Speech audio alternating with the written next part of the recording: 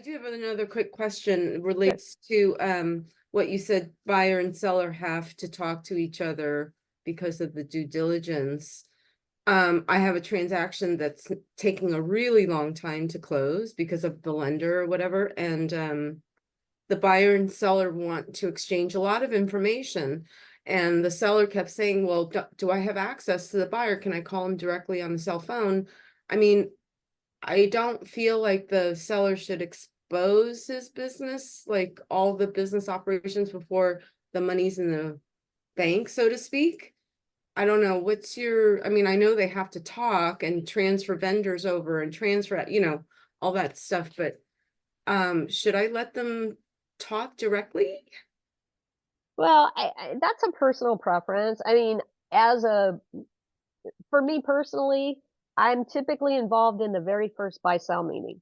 I schedule it via Zoom. I have buyer, seller, myself on there, and I make it very clear to the buyer that purpose is to ask questions about the business, to Mm, get information directly from the seller, directly from the mm, source, and mm, those buy-sell meetings are not the time to try and negotiate price, terms, or anything else. So I make that very clear. mm, At the end of that meeting, if the buyer is still interested, then I don't have a problem personally with the buyer contacting the seller directly to ask operational questions. But again, that's with the seller's authorization. So I leave it up to the seller, because typically I'm representing the seller. I leave it up to my seller and say, "Do you is it okay with you if this guy calls you directly to ask you more operational questions?" And understand if he gets into negotiations or whatever, just tell him, "Go talk to Tanya." That has always worked for me because I don't wanna be involved, I don't have time to be involved in every single phone call, and especially when you get into due diligence, there's a ton of information that needs to go back and forth. I like having most of the documents in a data room, and I don't get involved, but, if the buyer wants an on-site visit and the seller wants to walk them through certain procedures or processes or how they do things, just show them things on the computer and all that, that's great, but I'm not gonna be attending that. mm, That's mm, up to them.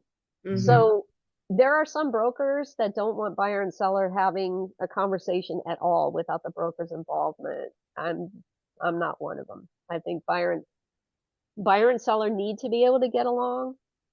There's gonna be, after that transaction closes, you're gonna have usually a 30-day or more transition period. So, they have to work together during that time period.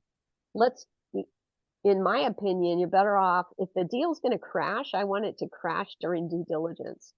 If the 2 parties can't have a civil conversation or one is super abrasive, they're not gonna get along or something, let them figure that out earlier rather than later, because after the transaction closes, if the seller gets upset and decides he's not gonna provide the training that was required under the contract, or he's not gonna transfer certain things because the buyer pissed him off for whatever reason, that's when your transactions end up going to court. And I don't wanna go to court. I'd rather have a transaction die. I'll go find another buyer for it. So I wanna know during due diligence and during the negotiations and all of that, I wanna make sure that the buyer and seller are gonna be able to work together to transition that business correctly. And if they're not, I want it gone and, I'll find somebody else. I mean, fundamentally, Tanya, in my experience, I mean, we're as business brokers, we're really just matchmakers, right? And, to your point of what we discussed earlier today, I mean, it just seemed like it wasn't a match between the buyer and seller, and yeah, I always try and, let people communicate as much as they want to, I mean, people are talking about big time money on some of these businesses and they deserve the right to have access to have all their questions answered to their satisfaction before proceeding with a transaction, So I do a very similar setup to you, Tanya, where the initial call is just to feel each other out and introduce everybody and see how, personalities get along because I mean, a lot of my contracts, people are working together for, up to 16 weeks during a transitional period. So, they're going to have to get along. And it's Yeah. better to find that out earlier than later, to your point, Tanya. Yeah, absolutely. Absolutely. Fredo, what's happening? I was just going to add that leaving the buyer and seller to communicate with each other is pretty risky. And what I've found works best for me is to have the buyer list off questions in an email that I forward to the seller.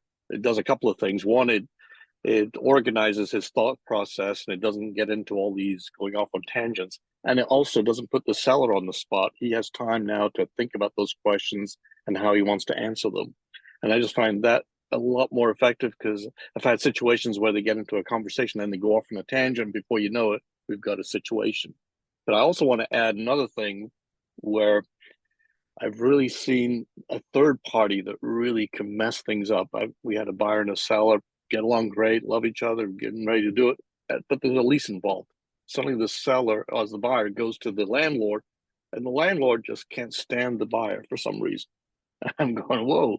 And that just almost derailed the whole thing. And so what I learned from that was I want to be part of that meeting too, that initial introduction to for the buyer to talk to the landlord if there's a lease involved, because there's certain characteristics and personalities that just do not mesh, and you want to be there somewhat policing it, or at least controlling it and avoiding an issue. So those are just my thoughts on my You the what I've done. buffer. Yeah, be a buffer, exactly.